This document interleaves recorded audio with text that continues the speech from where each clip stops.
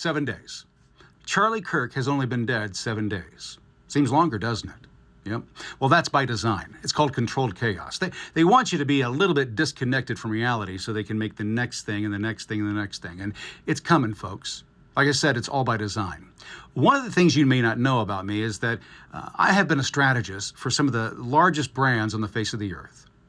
I'm a weird one. I think differently. You've probably already figured that out. And what they liked most about my brain is that, first of all, I ask questions that nobody else asked because I wasn't trained in their field. And so I came in like a 5-year-old child, wanting to know exactly what's going on. The other part is I have no filter. I will tell you exactly what I think, regardless of how it affects you or your feelings. My bosses didn't like that when I was younger, but corporations that want to get more money in their pockets did. And so I was very successful for 40 years. COVID caught me off guard. I basically stopped working and took 4 years off to focus on our nation. That's what I've been doing. And during that time, I wrote a lot of long-form pieces, white papers for large corporations to let them know where we're going next. I haven't done that for you. I've done it now. What happens next? Where are we headed? I wrote a long-form piece. It's available on X, but I've turned that into an audio piece. There's no video with this, just audio. Take a listen, and let me know your thoughts in the comments. Civil unrest. Is civil war imminent? At its core, this escalating chaos appears designed to dismantle the United States, eroding constitutional protections for citizens and paving the way for integration into a global governance structure under international authority. It's a calculated erosion of sovereignty, disguised as social progress. What follows is a chronological breakdown of recent events and their cascading responses. The patterns are alarming. Each action provokes a reaction, fueling division and violence. We're witnessing the early stages of what could spiral into full-scale civil war. To contextualize, the COVID-19 pandemic served as the opening act in 2020, testing societal resilience and normalizing emergency powers. Now, in September 2025, the final act is unfolding. The escalation timeline. Here's how events have unfolded over the past week, based on verified reports and social media trends. The event. The assassination of Charlie Kirk, September 10, 2025.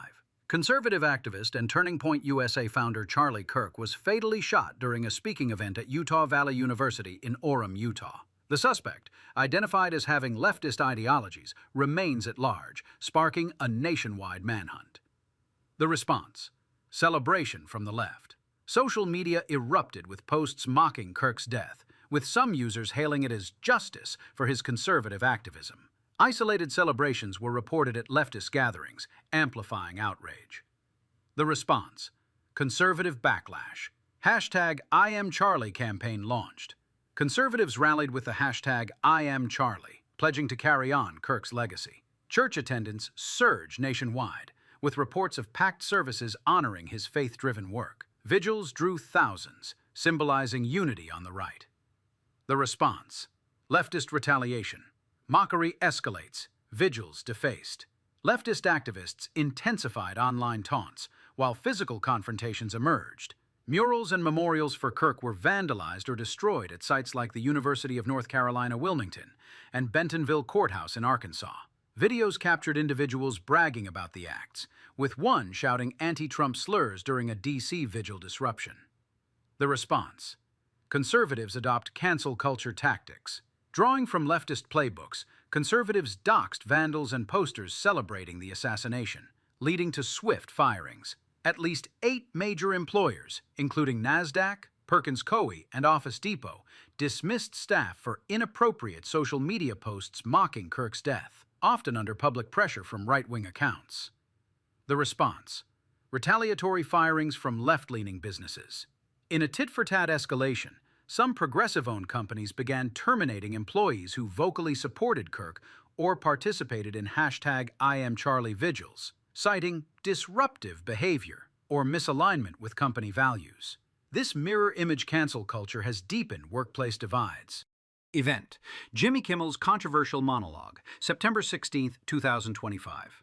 Late-night host Jimmy Kimmel aired a segment joking about Kirk's assassination, mocking President Trump's response, and allegedly misrepresenting the suspect's motives to downplay leftist ties. The response: FCC intervention and immediate suspension.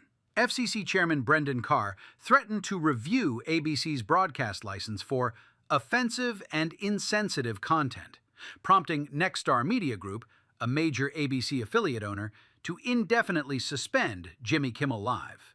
ABC confirmed the preemption, replacing episodes with neutral programming. The response: conservative jubilation. Right-wing commentators hailed the suspension as a win against mainstream media bias, with viral posts celebrating the end of late-night propaganda. The response: leftist outrage, free speech under siege. Protests erupted among groups prone to street action, with chants of "fight fascism" and declarations that free speech is dead under Trump. Online, hashtags like #DefendKimmel trended alongside calls for intensified resistance. Event: Trump designates Antifa a terrorist organization, September 18, 2025. President Trump announced plans to label Antifa a major terrorist organization, citing its alleged role in Kirk's assassination and broader unrest. Legal experts note domestic groups can't be formally designated under current U.S. law, but executive actions could enable investigations and sanctions. The response: #IamAntifa counter-campaign. Leftists flooded social media with #IamAntifa, framing it as a stand against fascism rather than violence. Posts emphasized Antifa as an idea, opposing authoritarianism, while branding Trump and MAGA as the true threats. This is our reality as of today, September 18, 2025. Each step ratchets up the tension, mirroring the polarized riots of 2020, but with deadlier stakes. It's crystal clear, a blueprint for overthrow.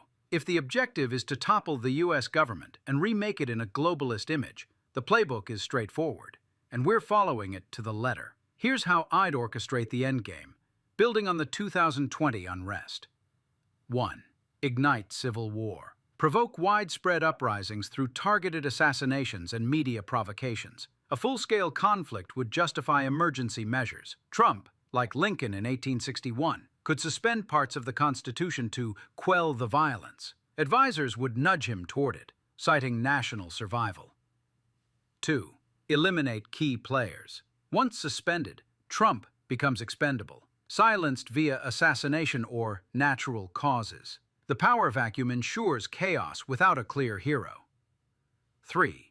Economic collapse as catalyst. War disrupts commerce, echoing COVID supply chain breakdowns, tanking the economy. Hyperinflation, shortages, and black markets erode trust in institutions.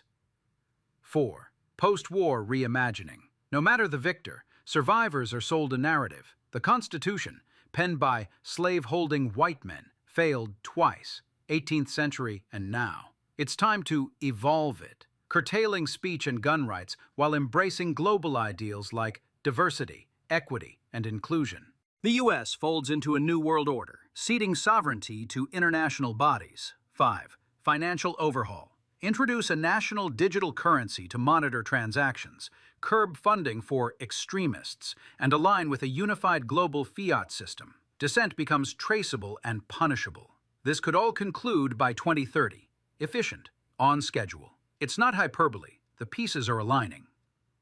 The escalation of events and the corresponding responses will only get more intense and closer together. Since the assassination of Charlie Kirk, there have been hundreds of thousands of social media posts from the left calling for protests, increased violence, and more assassinations. And right on cue, the right begins demanding retribution against the left, beginning with the call to limit Second Amendment protections for transsexuals. The response? For the first time in my lifetime, some of the loudest voices on the left are now ready to defend the gun rights of transsexuals through the use of firearms. I could be wrong, but based on the evidence, I'm not. Like Charlie used to say, prove me wrong. What part of this doesn't track with the evidence? Let me know in the comments. You're watching the Kramer Says Project.